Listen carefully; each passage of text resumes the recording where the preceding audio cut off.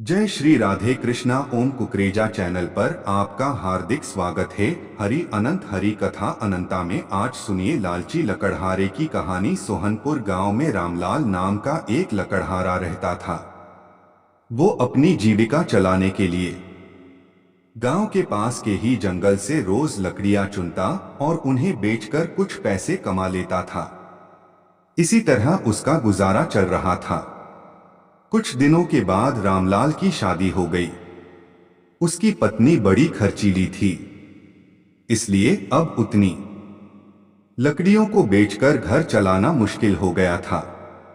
ऊपर से रामलाल की पत्नी कभी नए कपड़े खरीदने के लिए तो कभी किसी दूसरी चीजों के लिए रामलाल से बार बार पैसे मांगती थी। अगर पैसे न मिले तो रूठ जाती। रामलाल अपनी पत्नी से बहुत प्यार करता था, इसलिए उसकी नाराजगी वो बर्दाश्त नहीं कर पाता था।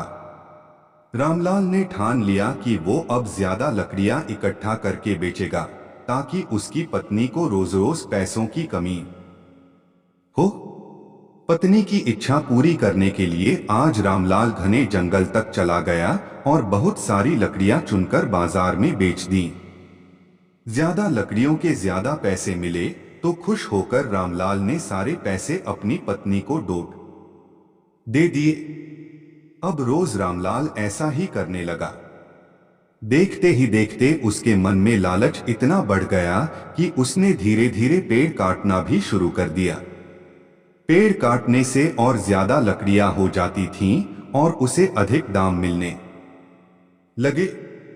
लकड़हारा हर हफ्ते एक पेड़ काटता और लकड़ियां बेचकर मिलने वाले पैसों से अपनी पत्नी के शौक पूरे करता। अब पैसे ज्यादा आ रहे थे तो घर भी अच्छे से चल रहा था। धीरे धीरे रामलाल ने पैसों को जुए में लगाना शुरू कर दिया। जुआ खेलने की लत ऐसी लगी कि रामलाल एक मोटी रकम इसमें हार गया। अब इस रकम को चुकाने के लिए रामलाल ने एक दो मोटे मोटे पेड़ काटने का फैसला लिया। जैसे ही रामलाल ने जंगल में जाकर अपनी कुल्हाड़ी को एक बड़े से पेड़ पर चलाने की कोशिश की तो उस पर पेड़ की टहनी ने हमला कर दिया। रामलाल चौंक गया। फिर उसे पेड़ की एक टहनी ने लपेट लिया। रामलाल कुछ समझ नहीं पाया कि यह सब क्या हो रहा है। तभी पेड़ से आवाज आई, मूर्ख, तू अपने लालच के चक्कर में मुझे काट रहा है। तू सारे पैसे जुए में लुटा देता है और फिर पैसे लौटाने के लिए पेड़ काटने आ जाता है। तुझे पता है कि पेड़ कितने कीमती होते हैं। हमारे अंदर भी जान बसती है और हम तुम इंसानों को जीने के लिए हवा, धूप में छाया और भूख को शांत करने के लिए फल देते हैं, लेकिन तू अपने स्वार्थ के लिए हमें ही काट रहा है। पेड़ ने कहा, आज तू रूप, यही कुल्हाड़ी मैं अब तेरे ऊपर चलाऊंगी। पेड़ की टहनी कुल्हाड़ी से रामलाल पर वार करने ही वाली थी कि वह गिड़गिड़ाने लगा। उसने माफी मांगते हुए कहा, मुझसे गलती हुई है, लेकिन मुझे सुधरने का एक मौका दो। अगर आप मुझे मार दोगे तो मेरी पत्नी का क्या होगा?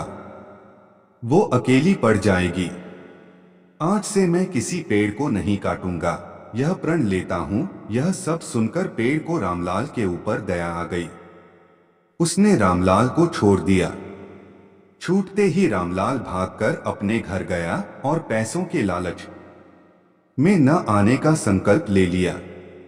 कहानी से सीख, लालच में आकर पर्यावरण के साथ खिलवाड़ नहीं करना चाहिए। हमें ऑक्सीजन पेड़ से ही मिलती है। इन्हें काटकर हम खुद अपने जीवन में संकट को ला रहे हैं।